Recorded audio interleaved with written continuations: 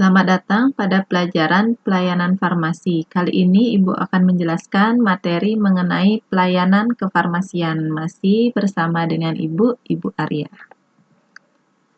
Adapun tujuan pembelajaran kali ini adalah melalui kegiatan pembelajaran ini, peserta didik dengan teliti, cermat, dan bertanggung jawab mampu menjelaskan pelayanan kefarmasian, menerapkan pelayanan kefarmasian, mengidentifikasi pelayanan kefarmasian, dan melaksanakan pelayanan kefarmasian sesuai standar. Pelayanan kefarmasian merupakan suatu pelayanan langsung dan bertanggung jawab kepada pasien yang berkaitan dengan sediaan farmasi dengan maksud mencapai hasil yang pasti untuk meningkatkan mutu kehidupan pasien. Standar pelayanan kefarmasian di apotek, puskesmas, dan rumah sakit meliputi standar pelayanan farmasi klinis dan standar pelayanan pengelolaan sediaan farmasi.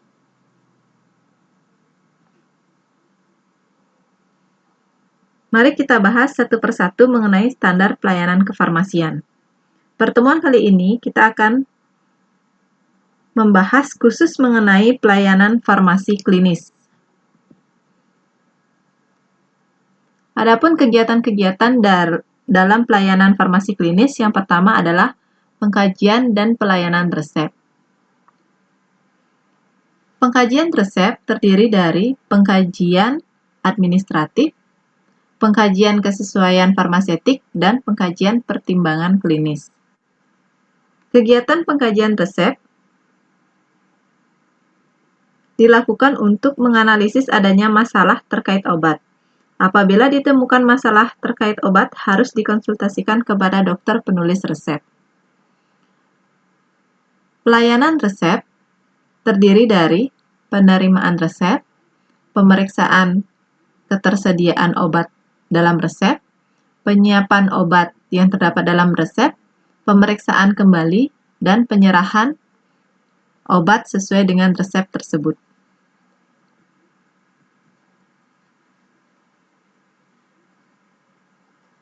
Pelayanan farmasi klinis yang kedua adalah pemberian informasi obat.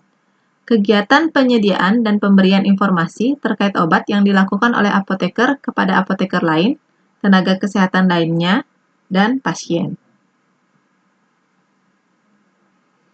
Pelayanan farmasi klinis yang ketiga adalah konseling.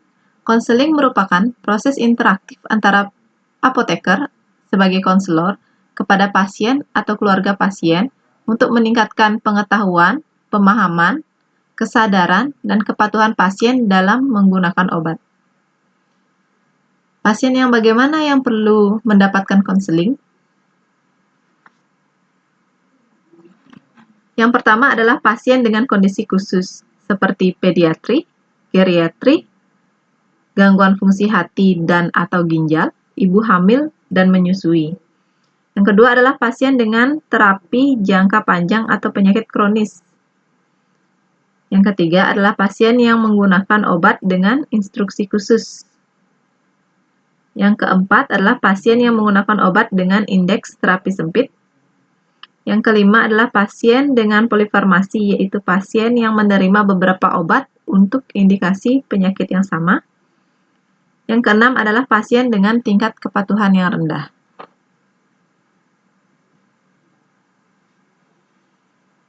Pelayanan farmasi klinis yang keempat adalah home pharmacy care. Home pharmacy care adalah kegiatan pelayanan farmasi yang bersifat kunjungan ke rumah, khususnya untuk kelompok lansia dan pasien dengan pengobatan penyakit kronis lainnya. Pelayanan farmasi klinis yang kelima adalah pemantauan terapi obat atau sering kita sebut dengan PTO. PTO merupakan proses yang memastikan bahwa pasien mendapatkan terapi obat yang efektif dan terjangkau dengan memaksimalkan efikasi dan meminimalkan efek samping. Proses dalam PTO adalah yang pertama, pemilihan pasien. Pasien yang bagaimana yang perlu kita lakukan PTO? Yang pertama adalah pasien anak-anak, lansia, ibu hamil, dan menyusui. Kemudian pasien yang mendapatkan polifarmasi, pasien dengan multidiagnosis, pasien dengan gagal ginjal atau gangguan hati, kemudian pasien yang memperoleh obat dengan indeks terapi sempit, dan juga pasien yang memperoleh obat dengan resiko interaksi. Selanjutnya, mengambil data. Setelah itu, mengidentifikasi masalah. Selanjutnya, memberikan rekomendasi. Setelah itu, mengkomunikasi hasil rekomendasi, dan yang terakhir adalah dokumentasi.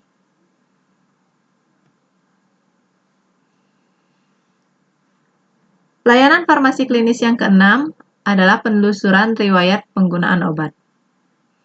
Penelusuran riwayat penggunaan obat merupakan suatu proses mendapatkan informasi mengenai seluruh obat yang pernah atau sedang digunakan. Penelusuran riwayat penggunaan obat ini dapat diperoleh dari hasil wawancara atau melihat rekam medis pasien. Pelayanan farmasi klinis yang ketujuh adalah rekonsiliasi obat. Rekonsiliasi obat adalah proses membandingkan instruksi pengobatan dengan obat yang telah didapatkan pasien. Tujuannya adalah mencegah kesalahan obat seperti obat tidak diberikan, mencegah duplikasi obat, mencegah kesalahan dosis, dan mencegah interaksi obat. Pelayanan farmasi klinis yang ke-8 adalah visite. Visite merupakan kegiatan kunjungan ke pasien rawat inap yang dilakukan oleh apoteker secara mandiri atau bersama tim tenaga kesehatan.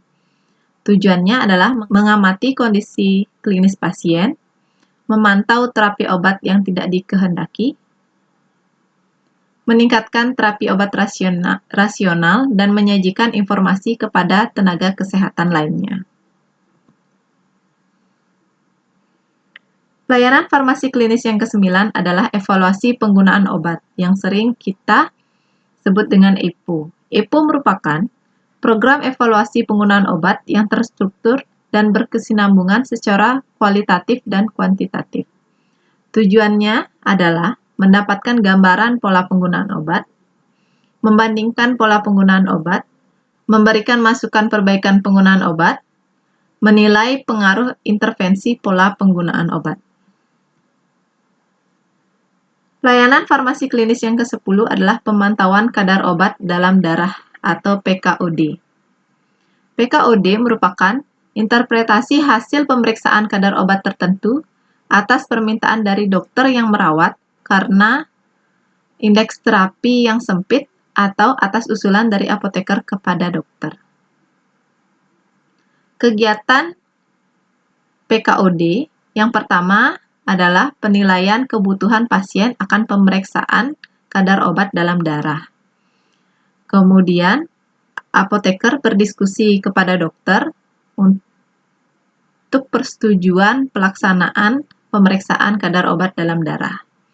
Setelah itu dilaksanakan pemeriksaan kadar obat dalam darah.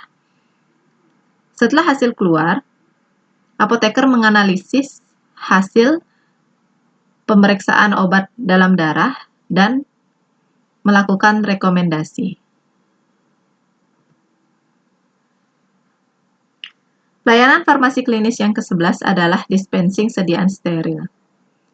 Dispensing sediaan steril dilakukan di instalasi farmasi dengan teknik aseptik untuk menjamin sterilitas dan stabilitas produk serta melindungi petugas dari paparan zat yang berbahaya dan menghindari kesalahan pemberian obat.